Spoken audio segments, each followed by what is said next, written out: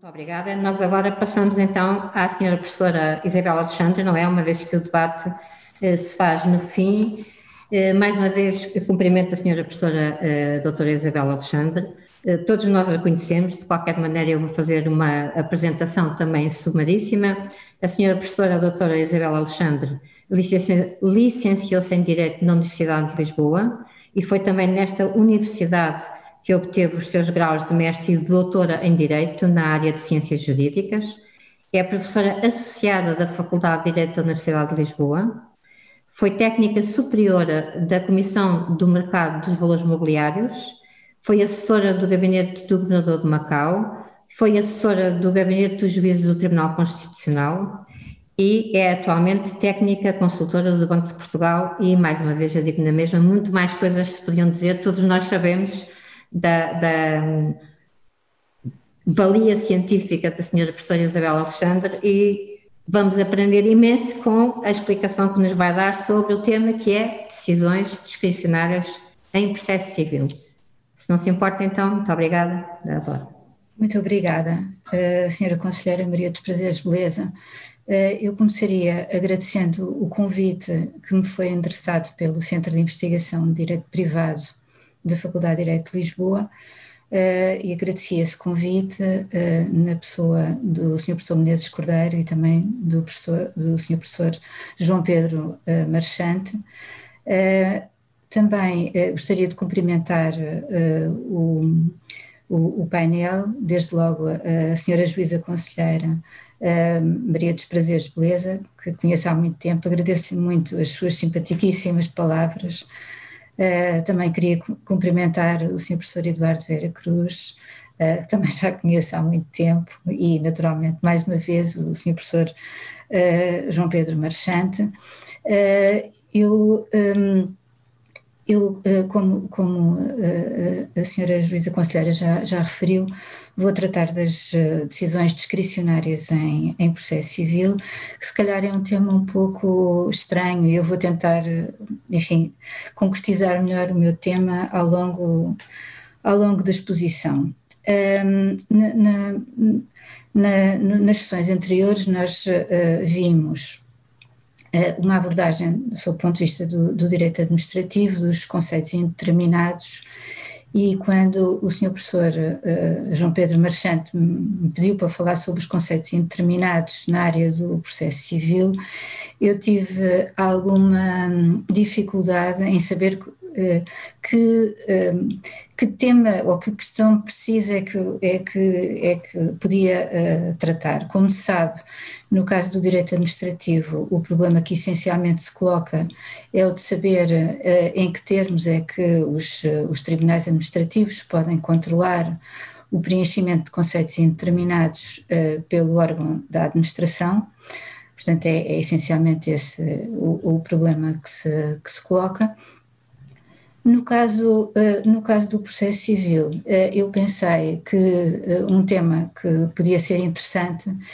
era o problema de saber em que termos é que o Supremo Tribunal de Justiça podia controlar a forma como as instâncias concretizam determinados conceitos indeterminados. Como tentarei depois explicar ao longo da minha exposição, este tema assim apresentado pareceu-me se calhar um pouco, e porque é que esse tema se coloca, porque é que esse problema se pode colocar, porque como se sabe o Supremo Tribunal de Justiça português apenas conhece de matéria de direito.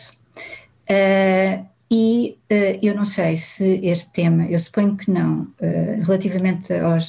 à assistência brasileira que nos está a ouvir, talvez este tema não diga tanto. Eu estive a percorrer o Código de Processo Civil brasileiro, confesso-me ignorante quanto a esse aspecto, mas suponho que do lado do Supremo Tribunal Federal brasileiro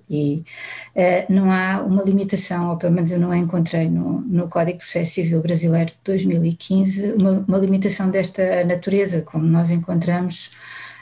aqui em Portugal, no Código de Processo Civil, que é efetivamente o nosso Supremo Tribunal de Justiça ter, enfim, conhecer de matéria de direito e mais precisamente, como depois também vou explicar, da violação da lei,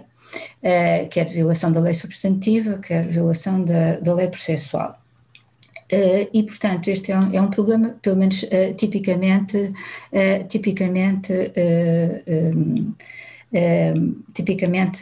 português. No entanto,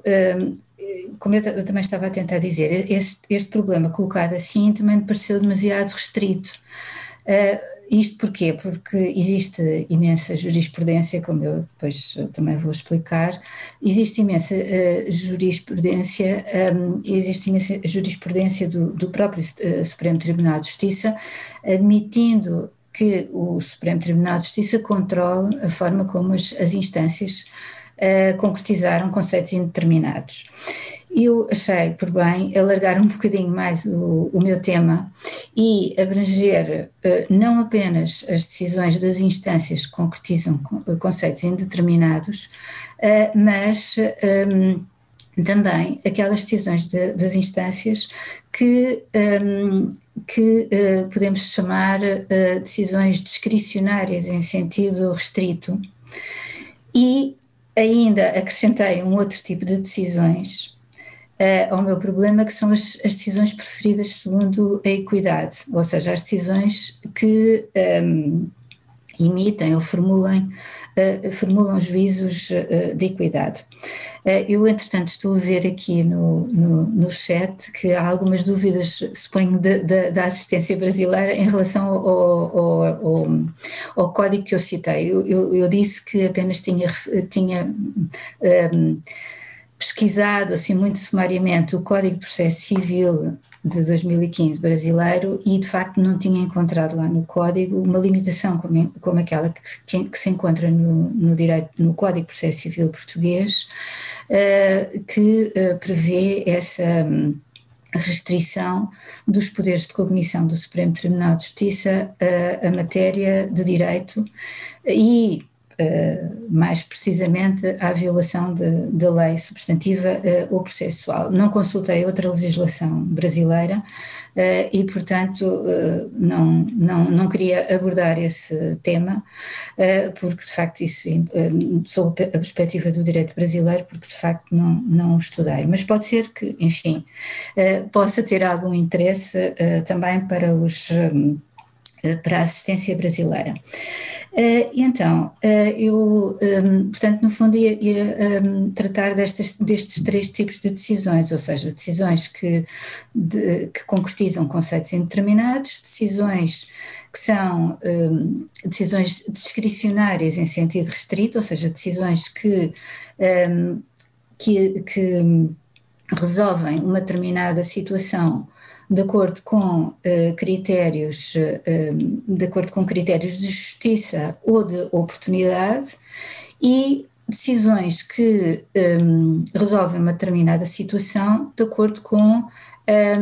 aquilo que se chama a justiça do caso concreto, que são as tais decisões equitativas, chamemos-lhe assim. Exemplos, há muitos tipos de decisões judiciais que preenchem conceitos indeterminados, embora a própria noção de conceito indeterminado, como sabemos, é uma definição complicada, não é? Porque há conceitos mais e menos indeterminados, há sempre alguma indeterminação nos conceitos legais, mas eu, enfim, podia dar-se como exemplo a sentença de alimentos, na parte em que o artigo 204 do Código Civil Português diz que a fixação dos alimentos pressupõe a possibilidade do credor e a necessidade do devedor, ou completamente diferente, uma sentença que num processo de revisão de sentença estrangeira decide se houve violação da ordem pública internacional do Estado português, portanto também o conceito de ordem pública internacional de um Estado, como se sabe, é um conceito muitíssimo indeterminado, E no caso da jurisdição voluntária, de que aliás o professor João Pedro Marchante me falou logo, não é? Quando nós tratámos da definição do meu tema,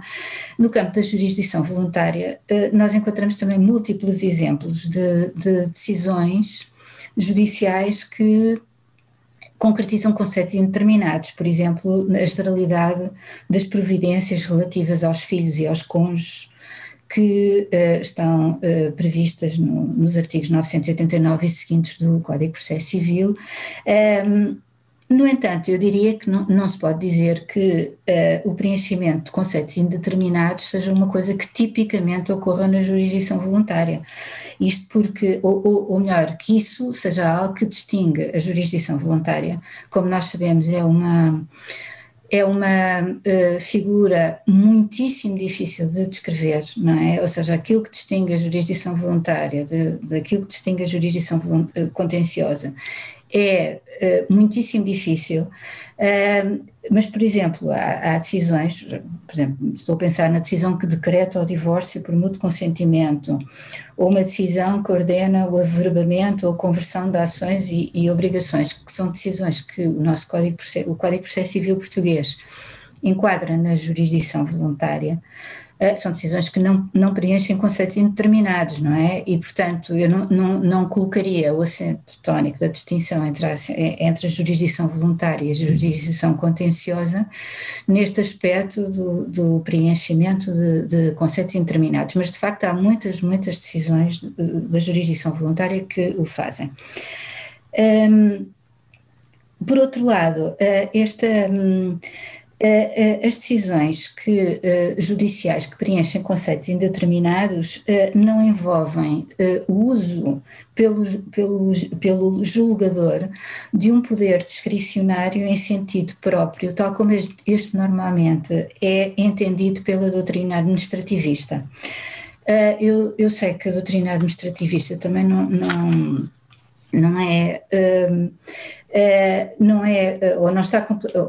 é pacífica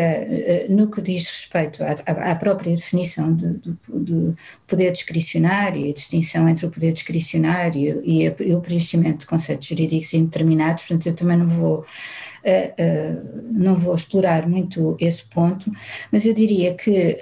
o poder discricionário para os administrativistas é normalmente entendido como a liberdade do órgão da administração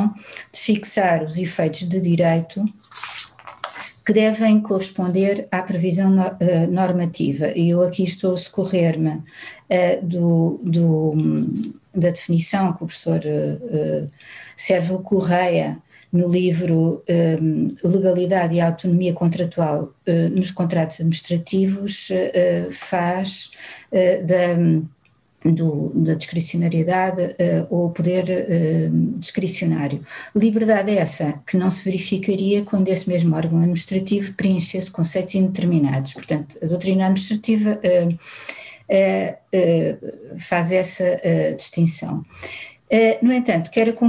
ainda pensando na doutrina administrativista ou do direito administrativo, quer a concretização ou a valoração de conceitos jurídicos indeterminados, quer o exercício de poderes discricionários, envolvem um juízo de prognose por parte do órgão da administração. E isto é sublinhado por outro administrativista, que é o Dr. Diniz da Ayala, que, como sabe, já tem um livro antigo sobre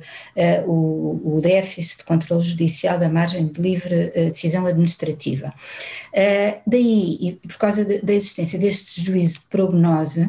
haveria alguma tendência para a assimilação dos conceitos indeterminados que implicam um juízo de prognose, não quer dizer que em todos os conceitos indeterminados se faça esse juízo de prognose, às situações de discricionariedade, não é? Ou seja, e esse elemento comum, muitas vezes, torna difícil para os próprios administrativistas fazer essa distinção. Mas eu, no fundo, estava saltei agora um pouco para a doutrina administrativista porque estou a tentar aplicar essa distinção às decisões judiciais, não é? Pronto, mas de qualquer maneira, no caso da doutrina administrativista, essa distinção entre conceitos jurídicos indeterminados e discricionariedade é difícil e não é pacífica. É difícil porque, como a própria doutrina administrativista sublinha, por vezes os conceitos indeterminados funcionam como critérios de discricionariedade. E agora pensando outra vez no caso do processo civil, por exemplo, o interesse do menor, a que o artigo 1906, números 5 e 7 do Código Civil se refere,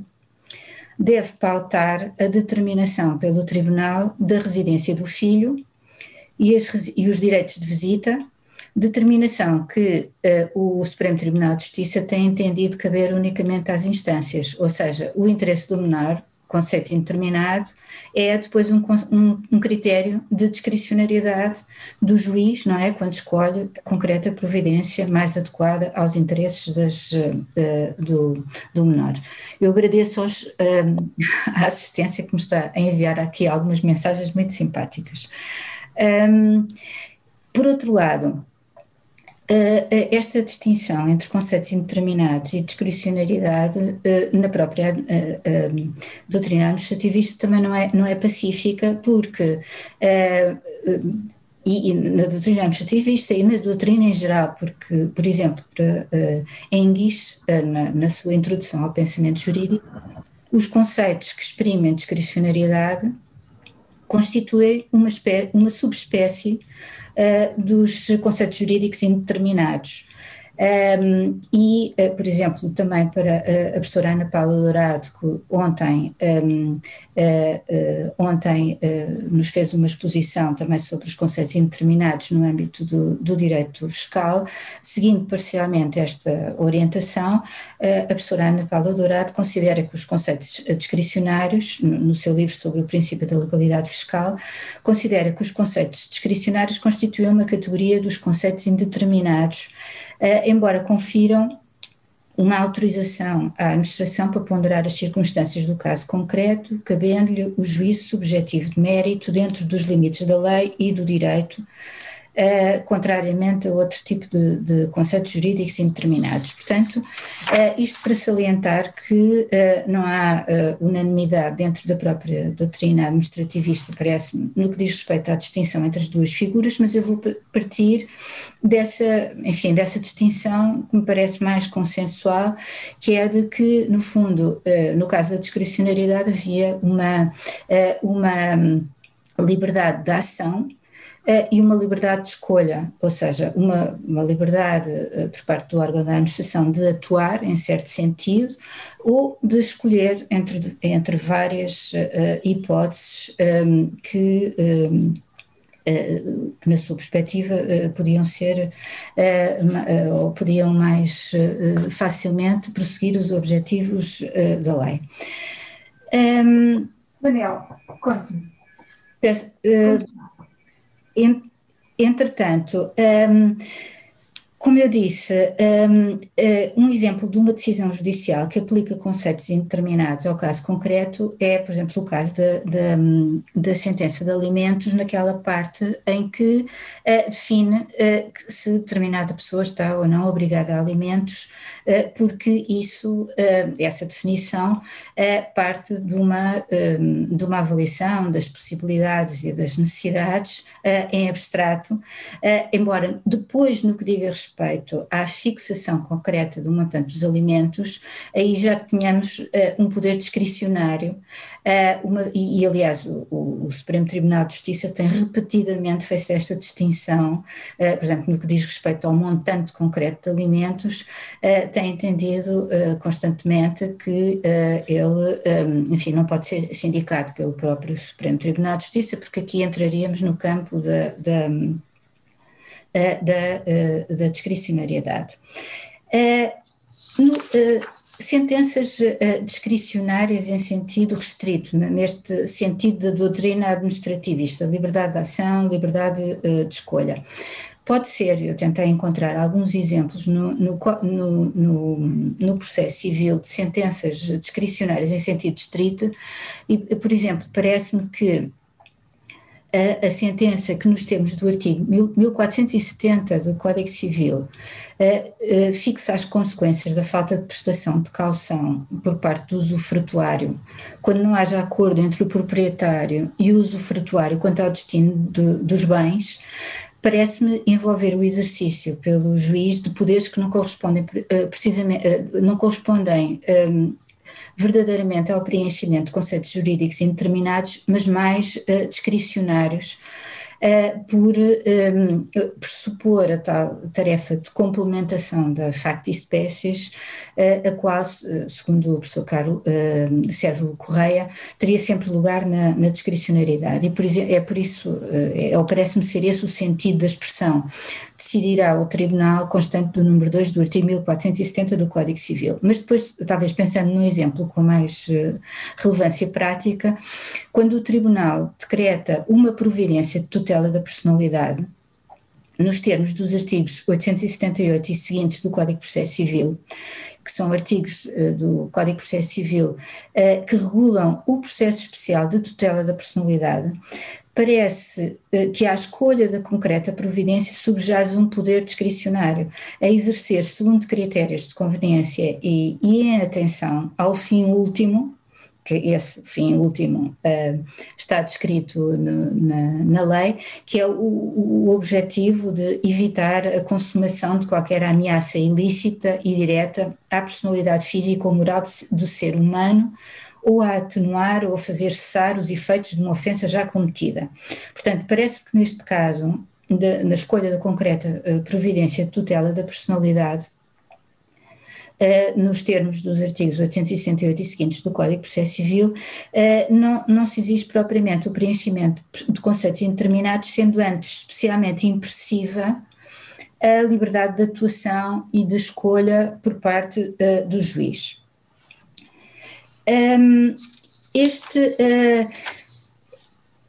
Embora as sentenças que preenchem, as sentenças dos tribunais que preenchem conceitos indeterminados e as sentenças discricionárias em sentido estrito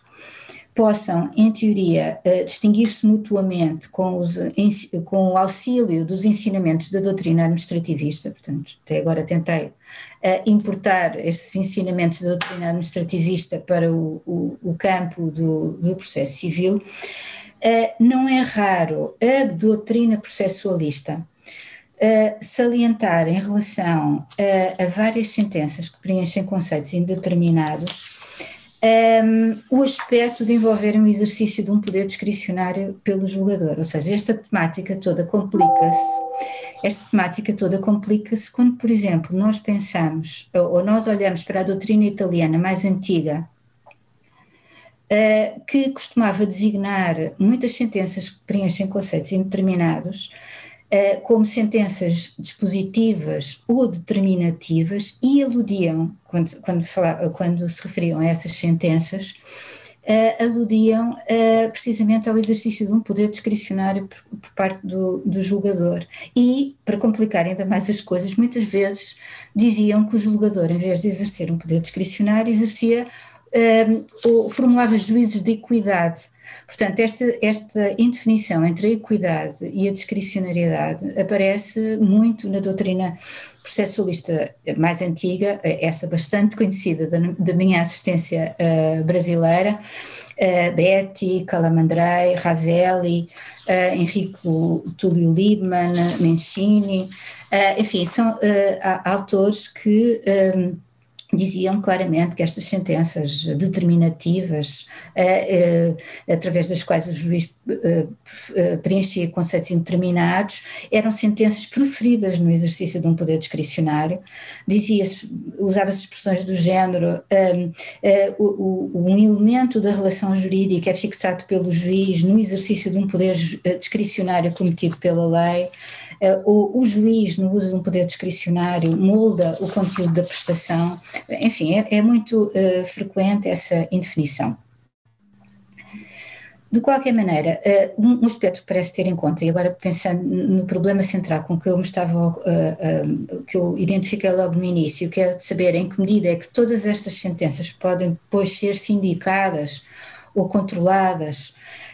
pelo Supremo Tribunal de Justiça, um aspecto parece mais ou menos claro, que é o de que em todos estes casos, mesmo que se entendem que em todos estes casos existe um poder discricionário, nós não estamos aqui perante situações a que se possa aplicar os artigos 152, número 4 e 630, número 1 do Código de Processo Civil. Portanto, o Código de Processo Civil faz, de facto, uma distinção entre os chamados despachos proferidos no uso legal de um poder discricionário, não é? E quando se refere a estes despachos, e são muitos muitos destes despachos que aparecem agora genericamente referidos como despachos de gestão processual, eu diria que podiam perfeitamente caber na tradicional categoria de despachos discricionários, mas, portanto, quando eu falo em sentenças que preenchem conceitos indeterminados ou sentenças discricionárias em sentido restrito,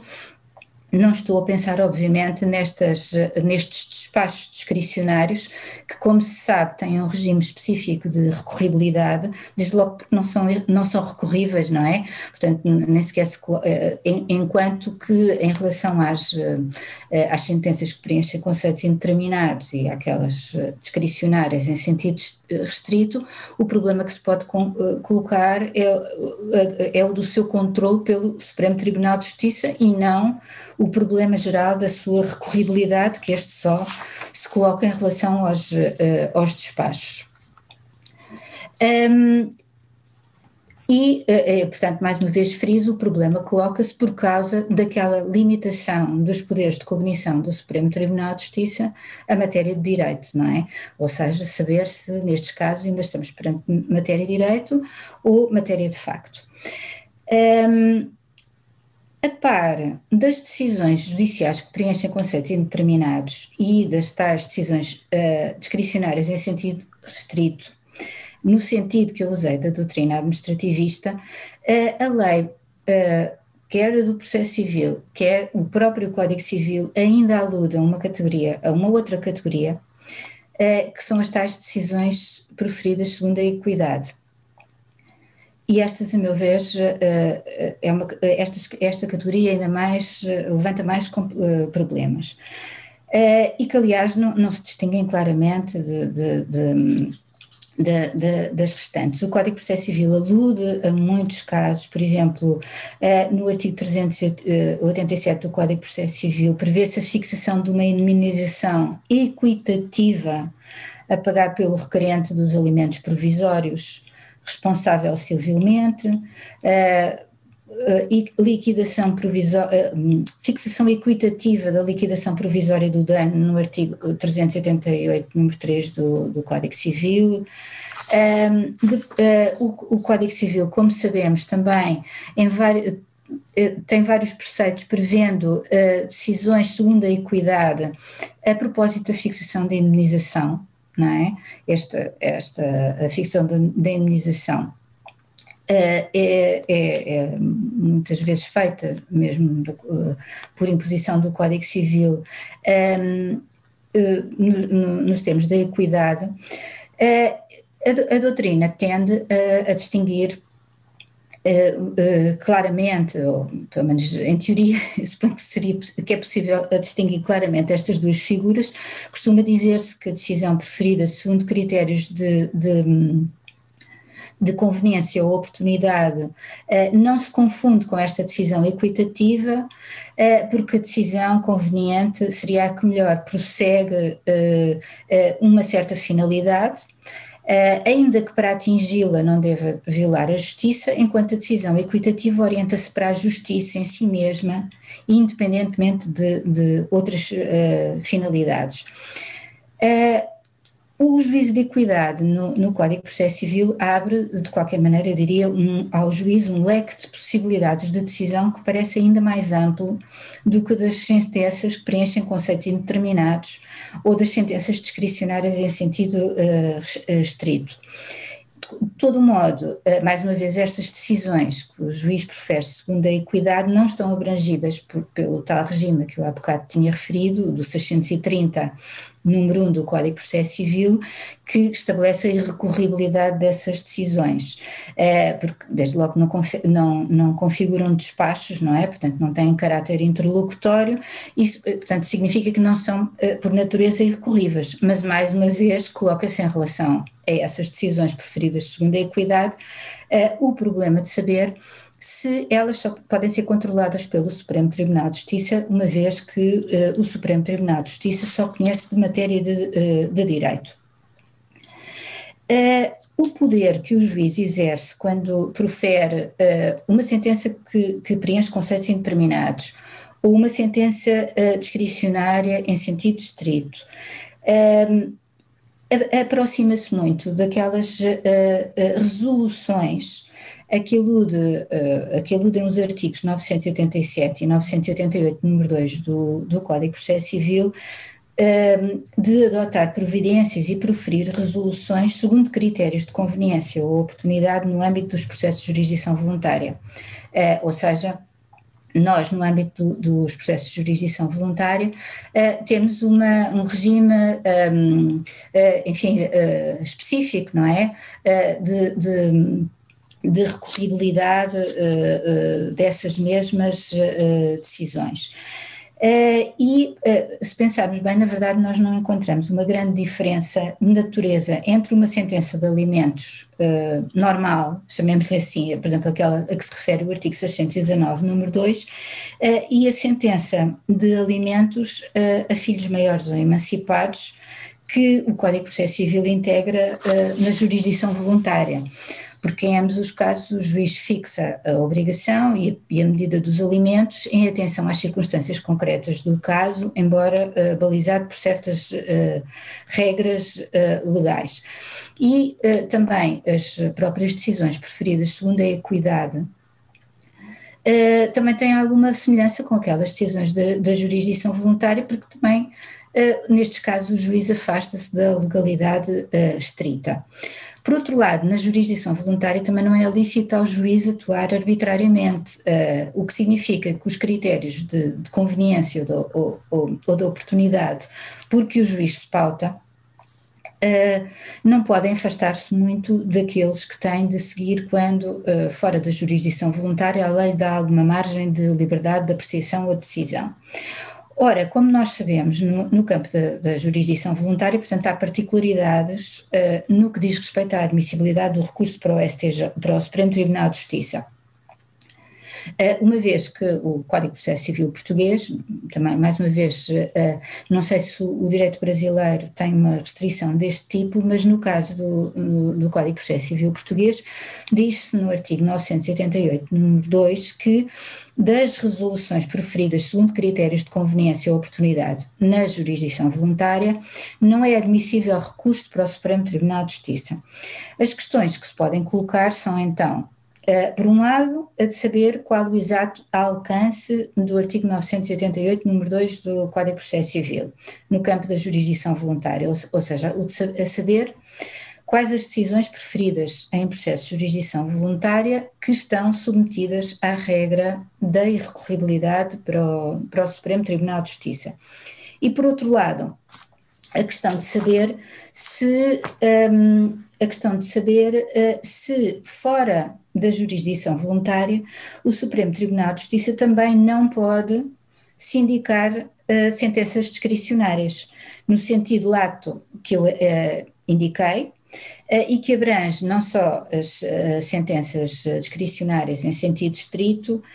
mas também as sentenças que aplicam conceitos indeterminados e ainda aquelas que se pautam por juízes de equidade, ou colocando a questão nestes termos, será que nós podemos generalizar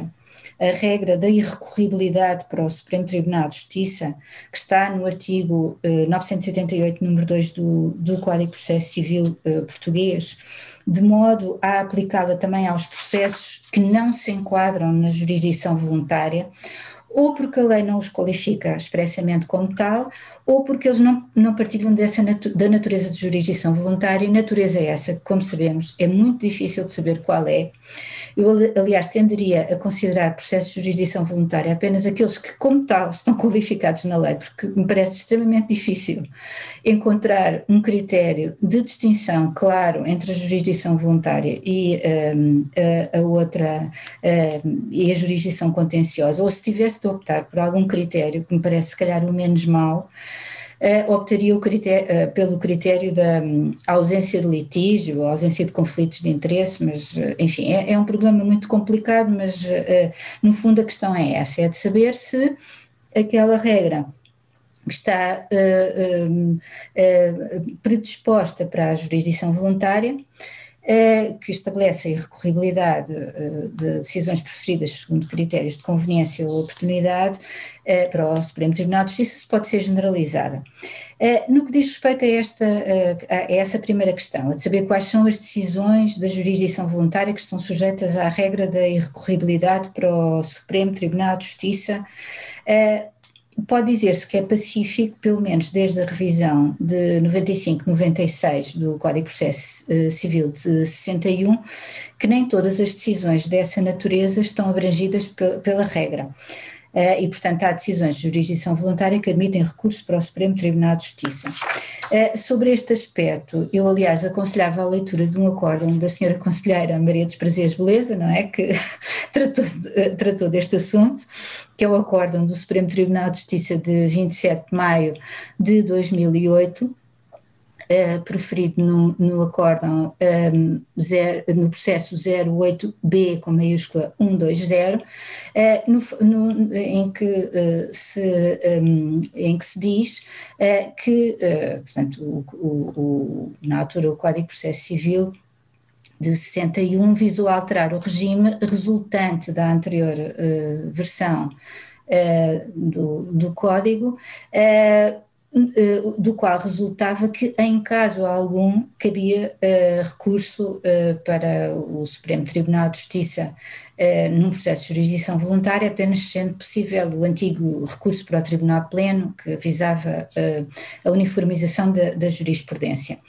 É claro que, como também se sublinha nesse mesmo acórdão relatado pela senhora Conselheira Maria dos Prazeres de Beleza, isso tornou necessário determinar, quando se pretende interpor recurso para o Supremo Tribunal de Justiça, de um acórdão da relação preferido no âmbito da jurisdição voluntária, determinar se a decisão concreta a impugnar corresponde ao resultado de um processo de interpretação e aplicação da lei ou de integração das suas lacunas, ou diferentemente foi alcançada nos termos previstos no artigo 1400, que está no atual artigo 987 do Código de Processo Civil. Eu não vou alongar-me quanto a este aspecto, vou apenas fazer uma referência à inúmera jurisprudência do Supremo Tribunal de Justiça sobre a questão de saber se uma determinada decisão foi preferida ou não segundo critérios de conveniência ou oportunidade. Portanto, isso consta de numerosos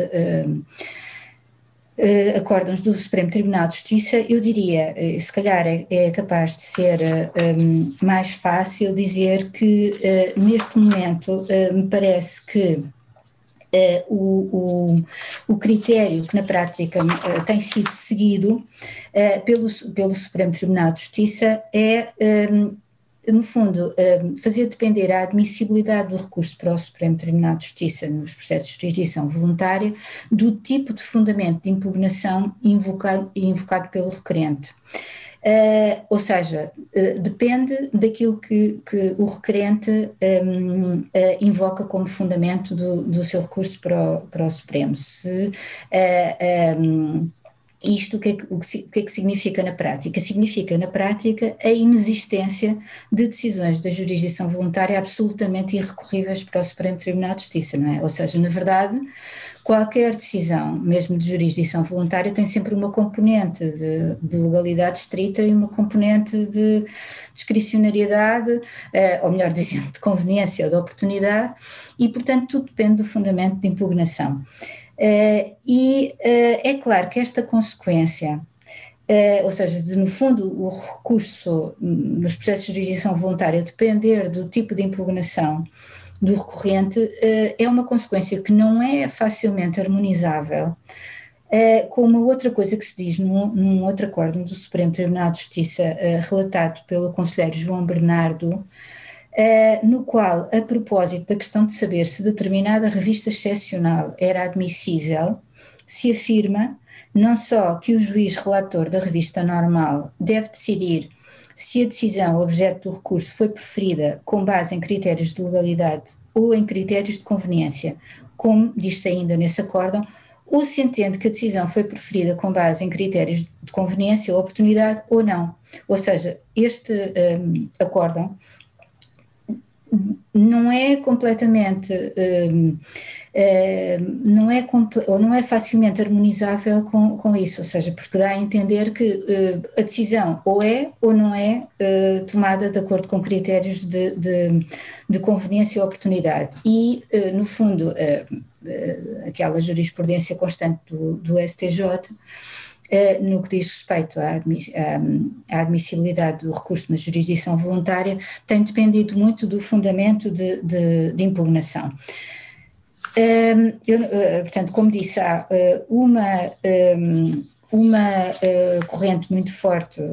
neste sentido, ou seja, de se atender ao fundamento da impugnação. Como exemplo dessa corrente, eu apontaria o acórdão do Supremo Tribunal de Justiça de 30 de maio de 2019, relatado por Tomé Gomes, processo 5189/17, preferido num processo de atribuição da casa de morada da família. Enfim, é mesmo muito extensa esta jurisprudência, apenas é dissonante, ou vai um pouco contra esta jurisprudência um outro acórdão do Supremo Tribunal de Justiça de 21 de junho de 2012, relatado pela conselheira Ana Paula Bularó, no qual, enfim, afasta-se um pouco desta orientação segundo a qual a admissibilidade da revista nos processos de jurisdição voluntária dependeria do fundamento de impugnação invocado pelo requerente, ou talvez melhor, mais precisamente neste acórdão reconduziu-se a fundamento de conveniência certos fundamentos que vinham sendo considerados por essa mesma jurisprudência do Supremo como fundamentos de legalidade estrita. Concordo só não com esta orientação que teve vencimento neste acórdão. Há pelo menos dois aspectos importantes a reter deste acórdão. É que, por um lado, este acórdão tem o mérito de realçar que o Supremo não se deve entender condicionado ao formalmente alegado pelo recorrente, devendo antes interpretar as suas alegações e verificar caso a caso aquilo que o recorrente verdadeiramente pretende, ou seja, se quer um controle da decisão na parte em que ela é discricionária, se um controle da decisão na parte em que ela é vinculada. E, por outro lado, também um aspecto importante deste acórdão é que ele ilustra bem a dificuldade que não raras vezes surge na distinção entre o preenchimento de conceitos indeterminados e atuação de critérios de conveniência ou oportunidade. Portanto, mesmo que este acórdão que eu acabei de referir não corresponda à jurisprudência do constante ou maioritária do Supremo, pelo menos tem essa virtualidade de acentuar esta dificuldade de distinção entre o preenchimento de conceitos indeterminados e a atuação de critérios de conveniência ou oportunidade que nós reconduziríamos, segundo a doutrina administrativista, à discricionariedade em sentido estrito. É claro que pode perguntar-se, então, voltando à segunda questão que eu tinha colocado há bocado, e fora da jurisdição voluntária, será que em que medida é que nós podemos, no fundo, aplicar esta orientação que tem vindo a ser seguida pelo Supremo Tribunal de Justiça? No que diz respeito às decisões que aplicam conceitos indeterminados, verifica-se a existência de múltiplos acórdãos do Supremo Tribunal de Justiça, admitindo o controlo pelo Supremo do preenchimento de conceitos indeterminados, mesmo na jurisdição voluntária. O que significa que não há qualquer motivo para que, fora do âmbito da jurisdição voluntária, o Supremo não exerça tal controle. E, de facto,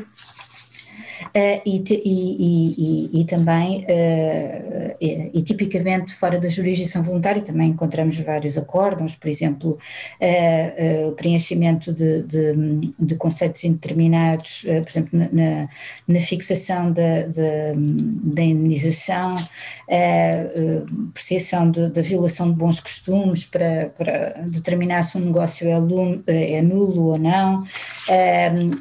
mais uma vez a questão da ordem pública internacional, como conceito muito indeterminado, que também é constantemente determinado pelo Supremo Tribunal de Justiça, e isto também me leva a uma conclusão, é que na verdade não parece haver paralelismo entre o modo como o Supremo Tribunal de Justiça tem abordado a temática da sindicabilidade do preenchimento de conceitos indeterminados e o modo como, embora nas relações entre a administração e os tribunais administrativos, o Supremo Tribunal Administrativo a tem resolvido. Com efeito, o Supremo Tribunal Administrativo não seguiu, pelo menos até 2013, eu confesso que desde esta data não estou a par da jurisprudência do Supremo Tribunal Administrativo, portanto apenas me chamou a atenção um acórdão do Supremo Tribunal Administrativo da senhora conselheira Dulce Neto, no qual se afirma, portanto é o acórdão do STA de 27 de novembro de 2013, preferido no processo 0115909, no qual deste acórdão retira-se que até 2013 o Supremo Tribunal Administrativo não seguiu uma orientação favorável no que diz respeito à possibilidade de o preenchimento de conceitos indeterminados pela administração ser judicialmente sindicável.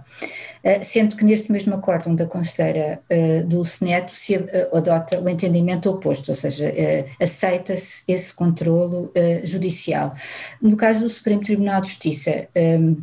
na verdade, o Supremo, já muito antes de 2013, vinha sempre aceitando o controlo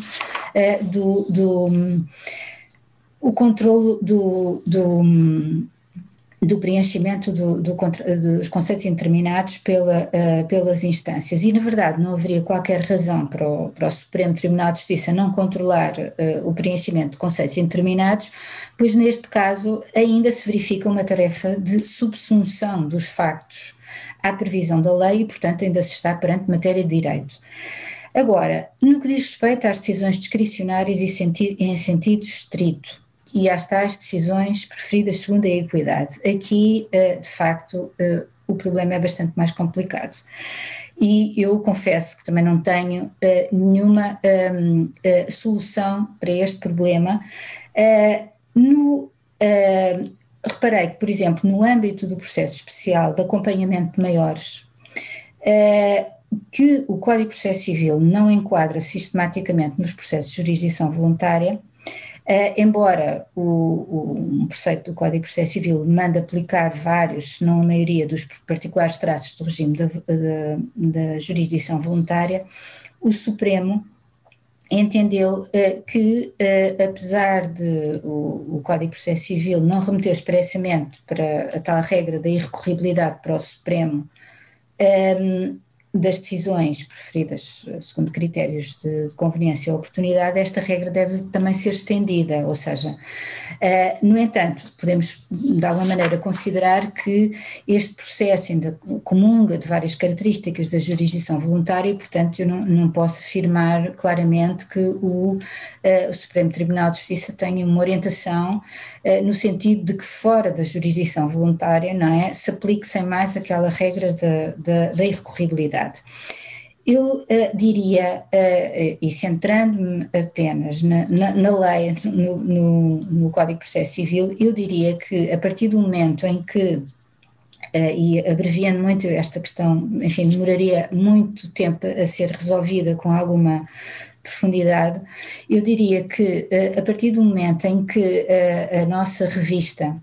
assenta em violação da lei, na parte da decisão em que ela, ou parte da, e no fundo pretende-se através da revista o controle da legalidade da decisão, não é? Na parte em que a decisão atua de acordo com critérios de conveniência ou de oportunidade, ou seja, em que é discricionária em sentido restrito, não há possibilidade de controle para o Supremo Tribunal de Justiça. E eu retiro isso, não tanto daquelas decisões, por exemplo, da lei de organização do sistema judiciário, mas desde logo do artigo 674 do Código de Processo Civil, que de facto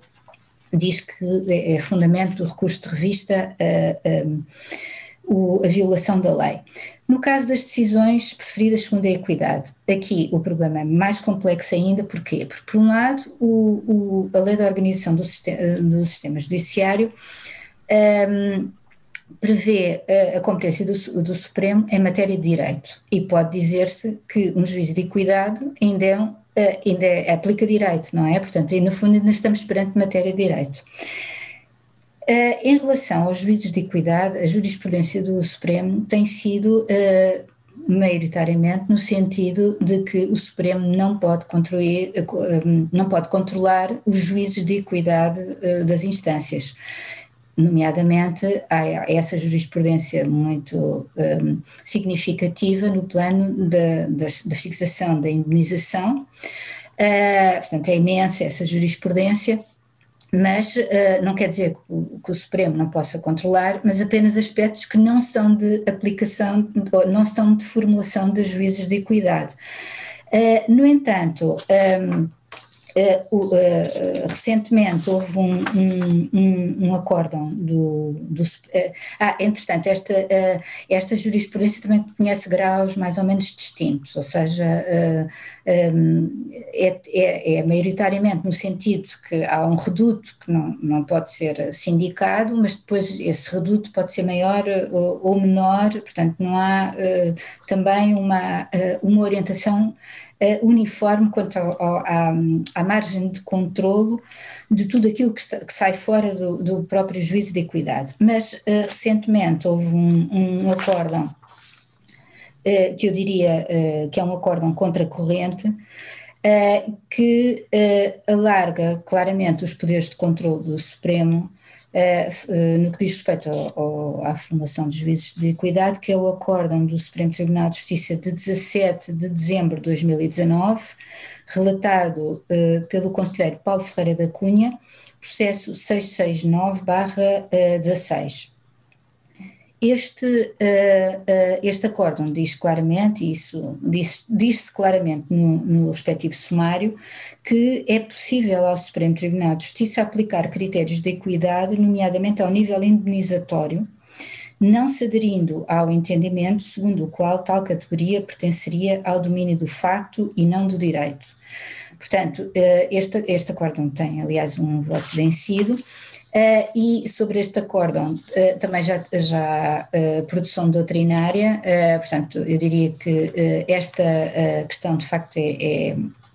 é bastante problemática. Há um artigo do conselheiro Urbano Lopes Dias que está no blog do Instituto Português do Processo Civil sobre o assunto. Há também um artigo do professor Miguel Teixeira de Sousa, uma anotação do professor Teixeira de Sousa sobre este acórdão. Eu não vou mais uma vez desenvolver este assunto, parece-me que, mais uma vez, o problema é também o de alguma indefinição da própria lei quanto aos poderes de cognição do Supremo. Se por um lado, na lei da organização do sistema judiciário, nós temos essa referência aos poderes de cognição do juiz restrito à matéria de direito, não é? Por outro lado, o Código de Processo Civil continua a referir que a revista só pode ter como fundamento a violação da lei e determinadas nulidades,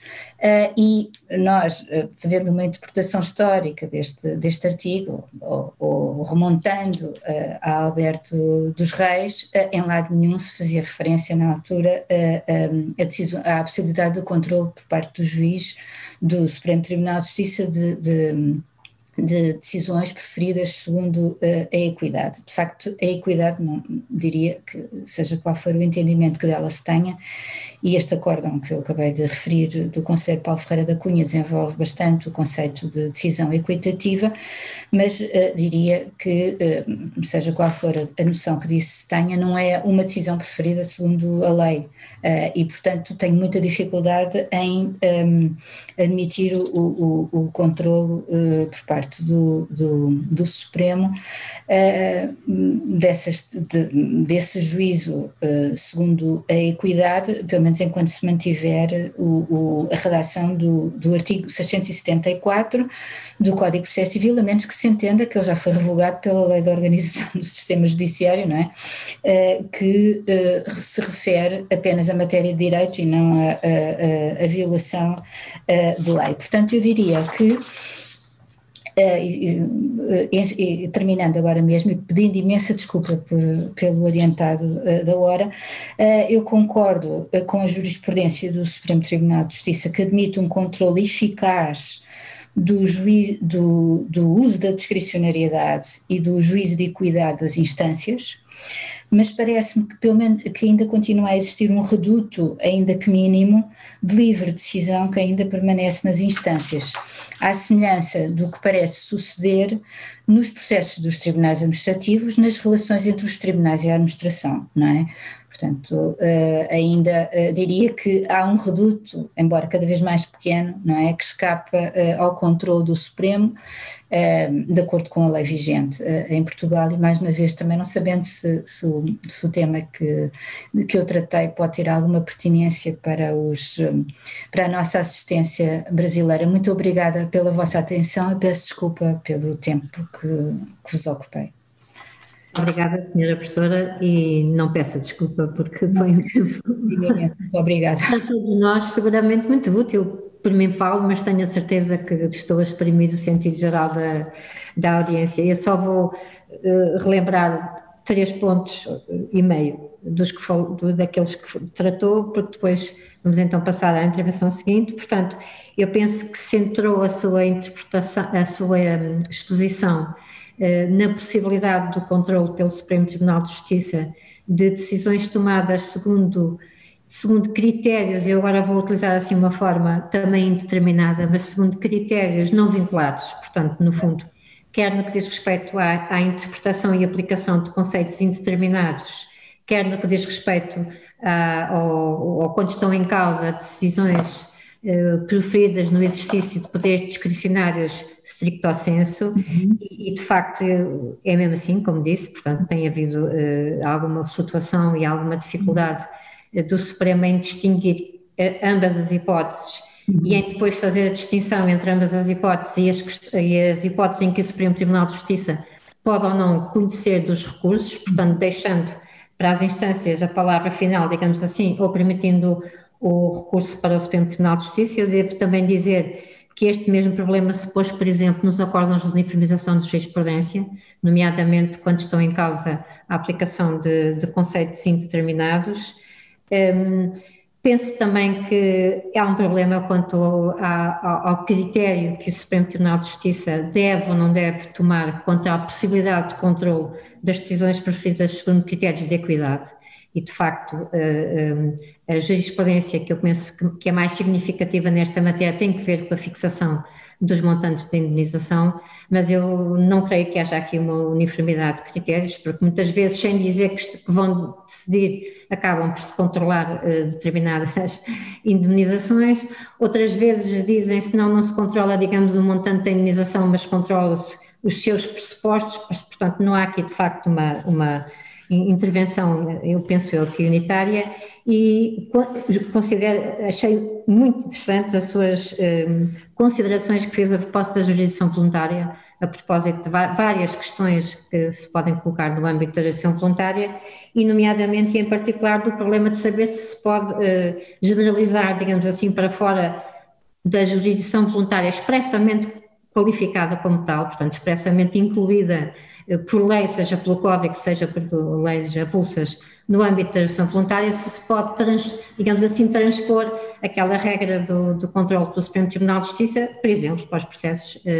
relativos ao maior acompanhado. Finalmente, só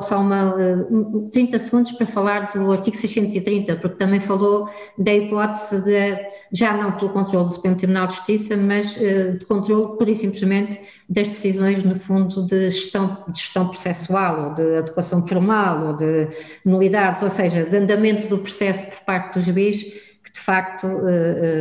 por princípio, são irrecorríveis, só em determinadas situações é que isso não é assim. Eu peço desculpa de ter de passar à frente,